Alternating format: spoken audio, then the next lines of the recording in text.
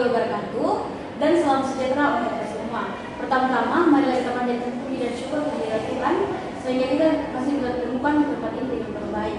Yang kami hormati Ibu Dr. Evi Sulirawati Ampri, SPD MPD selaku dosen pengampu mata kuliah pengembangan kurikulum SD. Nah, ada pepatah mengatakan tak kenal maka tak sayang. Perkenalkan, nama saya Kamila dengan NIM 52433 Guru selaku moderator. Perkenalkan, nama saya Fatur dengan NIM 54341 sebagai pemateri pertama. Perkenalkan, nama saya Dula Sujari Putri dengan NIM 55243 sebagai pemateri kedua.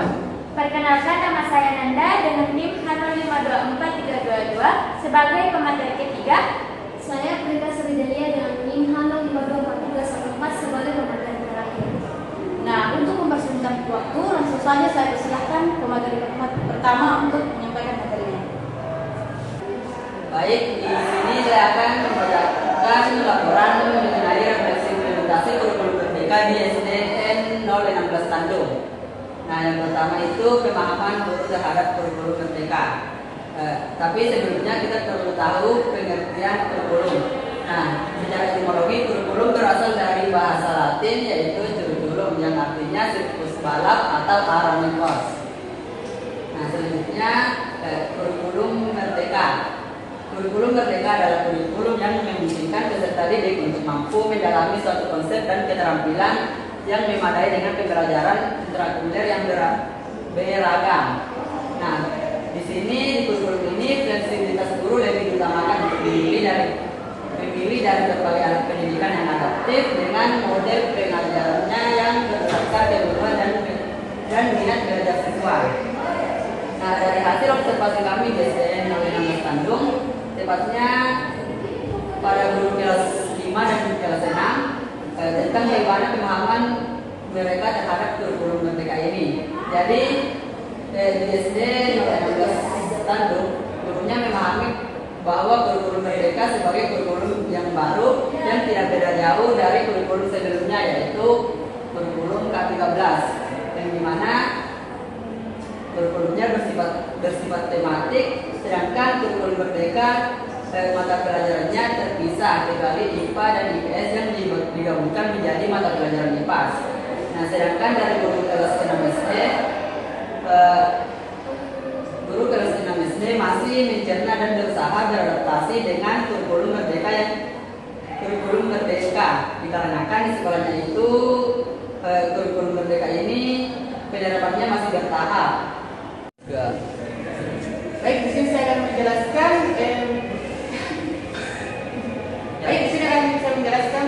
yaitu mengenai strategi guru dalam pelaksanaan pembelajaran berbasis kurikulum merdeka.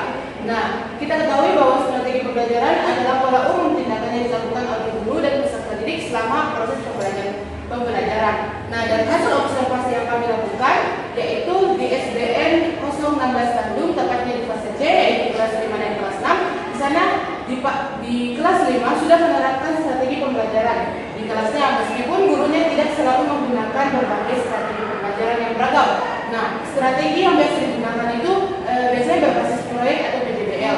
Contohnya pada mata pelajaran. Nah, di sini contohnya proyek di sini siswa diajak untuk bagaimana penanggulangan sampah, dan siswa juga diajak untuk mencari tahu masalah-masalah yang timbul akibat sampah itu.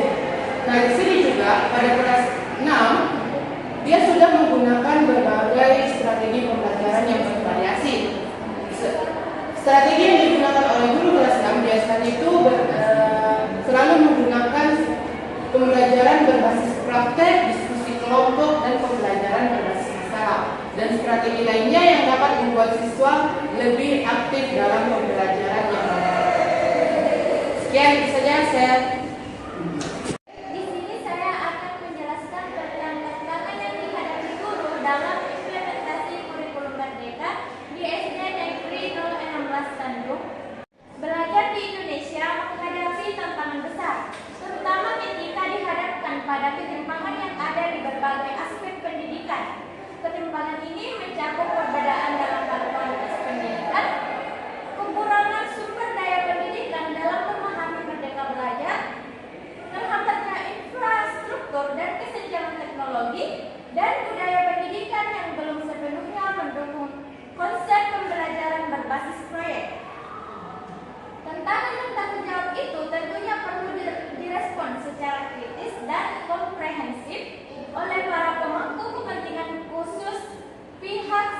pendidikan. Apabila menginginkan tujuan ideal penerapan kurikulum merdeka tercapai.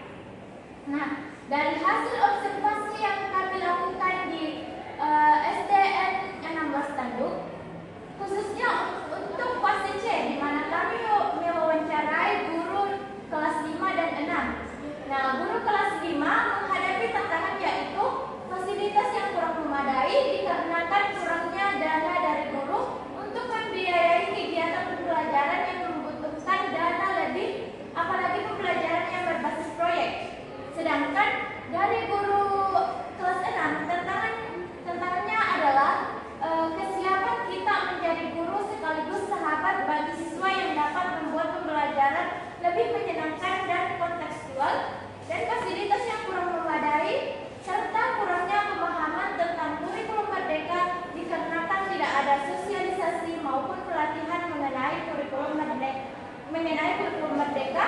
Jadi guru-gurunya itu harus mencari sendiri bagaimana perkembangan dari kurikulum merdeka dengan menggunakan internet. Baik, di sini saya akan menjelaskan peluang dan manfaat dari penerapan kurikulum merdeka ini di SD.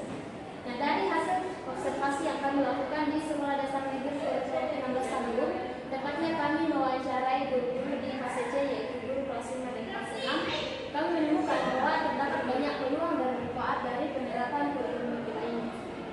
Nah, guru kelas 5 mengatakan bahwa penerapan dari kurikulum merdeka ini membawa manfaat yang sangat banyak, terlebih sangat dirasakan oleh anak-anaknya, yaitu anak-anak lebih memahami pembelajaran karena pembelajaran lebih menyenangkan dengan adanya strategi yang beragam. Jadi seperti yang kita ketahui, di kurikulum merdeka ini tidak hanya menggunakan satu strategi, tetapi menggunakan strategi yang menyenangkan sehingga anak-anak lebih mengerti.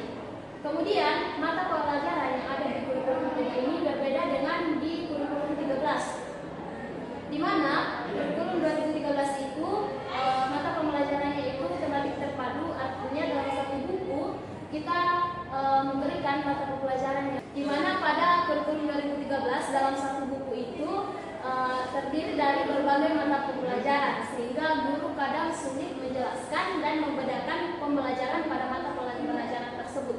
Sedangkan pada kurikulum merdeka, gurunya lebih bisa menjelaskan topik yang ada dalam buku tersebut karena pembelajarannya juga diajarkan secara terpisah. Kemudian dari gurunya mengatakan bahwa pembelajaran lebih terarah, kemudian siswa lebih aktif dalam pembelajaran, dan juga dari gurunya sendiri merasa lebih mudah untuk mengajar karena tidak lebih banyak menggunakan metode ceramah yang dianggapnya melelahkan. Kemudian dari guru kelas 6-nya sendiri mengatakan bahwa kurikulum merdeka ini dirasakan oleh anak-anak karena anak-anak yang tadinya pemalu, karena adanya kurikulum merdeka lebih bisa mengembangkan kreativitasnya, lebih berkembang public speakingnya, di mana anak-anak di sini tidak hanya mendengarkan pembelajaran yang ada dari guru, melainkan mereka juga melakukan kegiatan-kegiatan seperti proyek, kemudian diskusi di dalam kelas, kemudian melakukan presentasi yang membuat public speaking dan kreativitasnya juga lebih terasa. Oke, demikian penjelasan dari saya. Baik, di sini saya akan menyimpulkan materi dari presentasi kami, yaitu kurikulum merdeka memberikan kebebasan belajar dan pengembangan potensi siswa secara menyeluruh. Pelaksanaan di SDN 16 Tanduk belajar cukup baik dengan variasi strategi pembelajaran yang mendorong keaktifan dan kreativitas siswa. Meskipun terdapat tantangan seperti keterbatasan fasilitas dan kurangnya pelatihan, kurikulum ini berpotensi menjadi landasan kuat untuk pembelajaran yang merdeka, adaptif, dan berpusat pada siswa dengan dukungan yang optimal. Baik, itulah tadi presentasi dari kelompok kami. Kurang dan lebihnya mohon dimaafkan, dan kami akhiri dengan Assalamualaikum warahmatullahi wabarakatuh.